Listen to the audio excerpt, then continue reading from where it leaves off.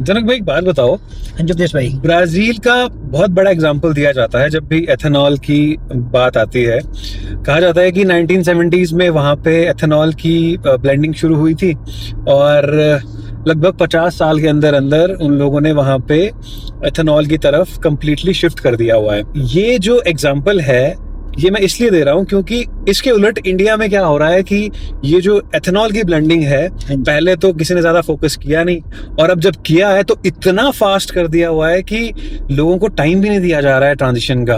तो थोड़ा सा बताओ ना ब्राजील के बारे में। उपदेश भाई, बहुत बड़ा एग्जाम्पल है ब्राजील एथेनॉल के बारे में, और उन्होंने टाइम भी दिया है।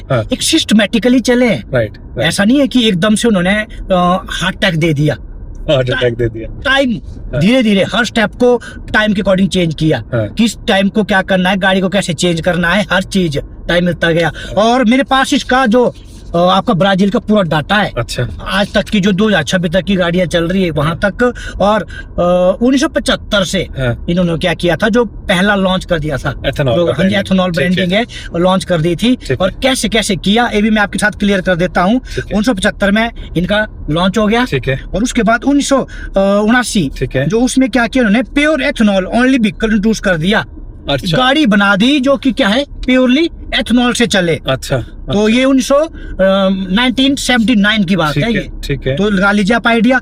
फिर 1980 के एंड में इन्होंने क्या किया, एथेनॉल सेल्स जो इनकी 50% मार्केट में हो गई। अच्छा, 50% मार्केट शेयर उन्होंने कैप्चर कर लिया एथेनॉल का ब्राजील में 100%। ठीक है। और उसके बाद 1990 में इन्होंने क्या कर दिया कि जैसे 1990 का दशक था तो उसमें क्रूड ऑयल के रेट गिर गए। अच्छा, ठीक है।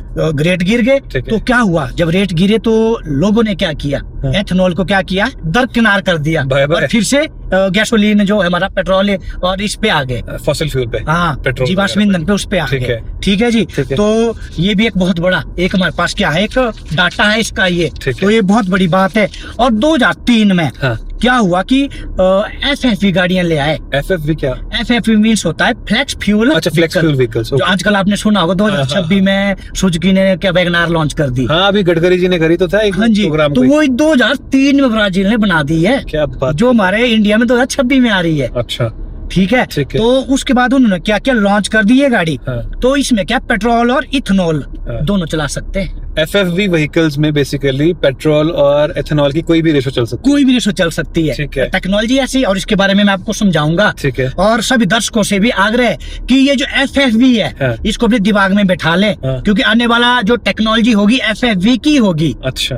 तो इस चीज को थोड़ा सा समझना भी है कि क्या टेक्नोलॉजी है, कैसे है, इसके बारे में इन डिटेल में बात भी करूंगा। हाँ, जिस तरीके से ये E85 और E100 कह रहे हैं हम पूरा 100% एथेनॉल ही कर देंगे, तो उस हिसाब से तो FFV का मतलब बहुत बड़ा रोल होने वाला है। हाँ। तो वो डिजाइन जो है तो अब हमारे इंडिया में अब जाके किया, अब जो स्टार्ट किया 2026 में, जरूरी भी है। ठीक है। ठीक है। बट जो हमारे पास पुरानी कारें हैं लोगों के पास है, उसके बारे में हम डिटेल में आगे उनके बारे में डिटेल में बात करेंगे, और उनके बारे में गवर्नमेंट को सोचना पड़ेगा। ठीक है। क्योंकि हमारे पास स्कोप दूसरा भी होना चाहिए फ्यूल का। और 2008 में क्या FFV सेल्स 90% तक हो गई थी ब्राजील में। अच्छा, पहुंच चुकी थी 90%। 5 सालों में 2003 से 2008। अच्छा, ठीक है। तो 5 सालों के गैप में क्या हो गया, आपके पास 90% सेल होगी गाड़ियों की। ठीक है। FFV व्हीकल 90% बिक रहे थे। और 2010 में क्या है, ये हमारे पास क्या है, FFV एक्टिव फ्लीट का 40% तक के जो परसेंटेज तक बन गया। मतलब 40% गाड़ियां जो ब्राजील में चल रही थी 2010 में FFV, वो FFV थी। हाँ जी। अच्छा, और अभी क्या सीन है? और 2025 में जो है ब्राजील में 10 में से 9 गाड़ियां FFV चल रही है। अच्छा, हाँ जी। 10 में से 9 गाड़ियां चल रही है। क्या बात, बहुत बड़ा एग्जाम्पल है ये। सही बात है, बहुत बड़ा, सही बात है।